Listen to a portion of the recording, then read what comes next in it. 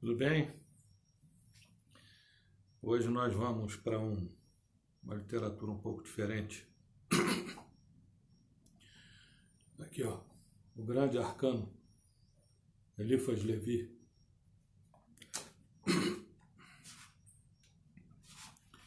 Vamos um trechinho da introdução.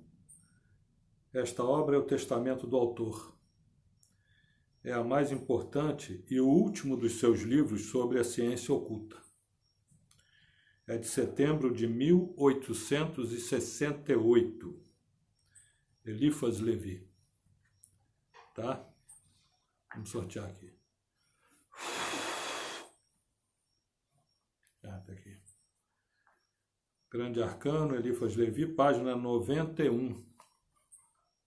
Tá? A força religiosa do dogma está nesta obscuridade que faz sua absurdidade aparente. Um dogma explicado não é mais um dogma. É um teorema de filosofia ou ao menos, um postulado de teorema. Querem sempre confundir a religião e a filosofia e não compreendem que a sua separação e a sua distinção, não digo o seu antagonismo, são absolutamente necessárias para o equilíbrio da razão. Os astrônomos pensam que os cometas são errantes apenas em relação ao nosso sistema, porém seguem um curso regular que vai de um sistema a outro e descreve uma elipse cujos focos são dois sóis.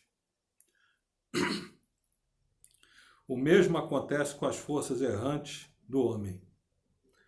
Uma só luz não lhes basta, e para equilibrar seu voo, lhes são necessários dois centros e dois focos. Um é a razão e o outro é a fé. Grande Arcano, Eliphas Levi, né? Página 91. Então aqui ele faz uma crítica com relação aos dogmas, né? Todas as religiões têm dogmas. E ele é muito direto quando ele diz que quando um dogma é explicado, ele deixa de ser um dogma, ele passa a ser um teorema filosófico, né? E interessante esse ponto de vista dele, porque hoje, principalmente no século XXI, né, existe muito questionamento entre religião e espiritualidade, né? Se fala muito que religião é uma coisa, espiritualidade é outra.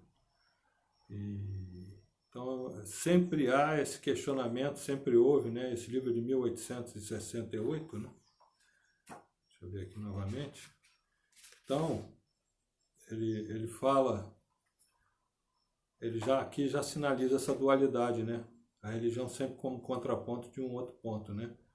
Então, ele aqui fala da ciência e da fé, fala da razão e da fé, como contrapontos aonde o nosso entendimento deve navegar.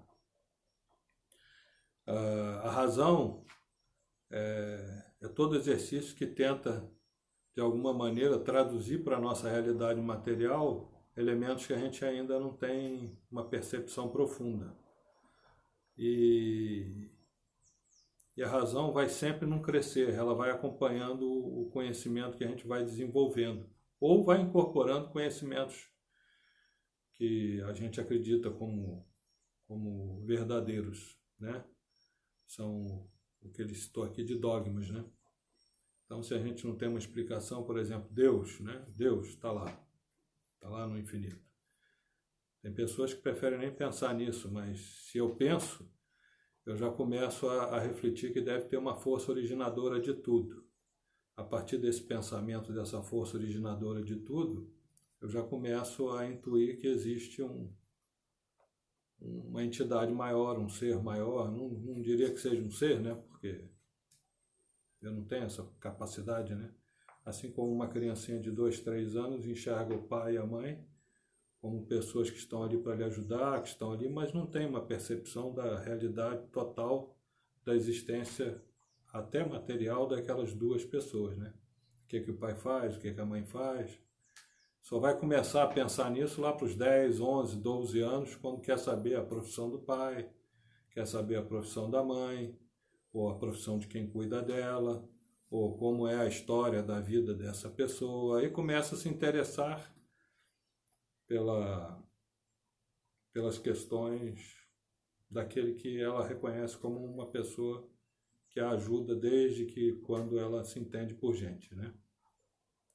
Então esse paralelo me serve muito, a mim pessoalmente, para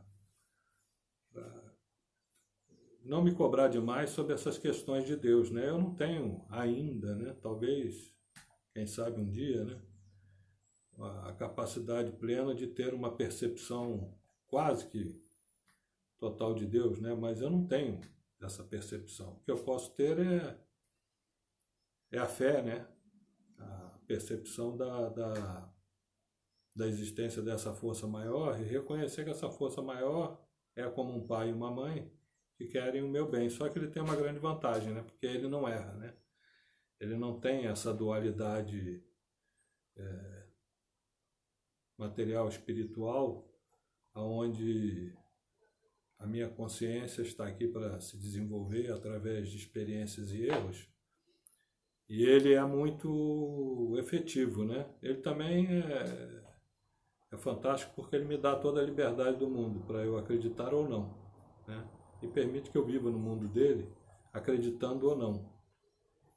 Isso aí assim como um pai e uma mãe também deixam um filho seguir o seu caminho. Pode até não querer, mas permitem que o filho siga o seu caminho lá entre os 18 e os 25 anos, teoricamente, né? Que o filho possa se desenvolver e seguir o seu destino, né? O seu dharma, né? Mas esse trecho aqui que o Eliphas Levi fala, né? Ele já é muito direto com relação aos aspectos da fé.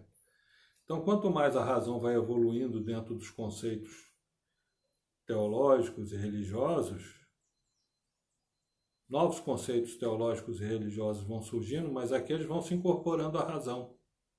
A física quântica, por exemplo, é uma realidade atual e vem explicando uma série de questões que a gente tinha como dogma até, sei lá, 100 anos atrás. Então, hoje, a gente tem que estar estudando permanentemente tanto os aspectos científicos, físicos, quanto os aspectos teológicos, filosóficos. Porque a junção desses dois quadrantes é que faz, como ele disse aqui, a elipse funcionar. Eu tenho que estar nesse movimento de vai e vem circundando dois sóis, né? Ele diz que são dois sóis, é a razão e a fé, né? E aí eu, ora estou passando pela razão e ora estou passando pela fé. Aí a atividade gravitacional desses dois conhecimentos me fazem retornar ao outro. E aí o outro me atrai, aí eu volto para a razão, aí eu venho e vou para a fé, né? Se eu ficar gravitando só em torno de um, da razão, eu vou perder todos os aspectos poderosos que o outro tem. E se eu ficar gravitando só no outro, da fé, eu vou ficar limitado aos aspectos teológicos dogmáticos, né? Não explicados, e vou ter uma existência incompleta, né? Porque eu preciso ter a capacidade de ajudar o outro, e essa capacidade ela vem muito pela razão. Tanto é assim que os grandes mestres sempre usaram de parábolas, né? De historinhas, para poder passar os seus ensinamentos. Por quê? Porque eles precisam passar um ensinamento filosófico, teosófico, né? Um ensinamento que muitas vezes é dogmático, para o ambiente da razão, para o ambiente do entendimento dessa realidade que a gente vive, da realidade da matéria, né? Então, muita atenção nesses dois aspectos, a gente tem que estar sempre atento a isso, para poder manter o processo de desenvolvimento funcional, senão eu vou me perder, né? Por isso que as grandes religiões têm os seus centros de ciência, continua evoluindo, pode não ser tão rápida, né? E os centros de ciência devem estar atentos às questões religiosas, porque elas sinalizam caminhos que podem ser seguidos, né? Que devem ser observados. O Grande Arcano, Eliphas Levi, um livro antigo, 1868.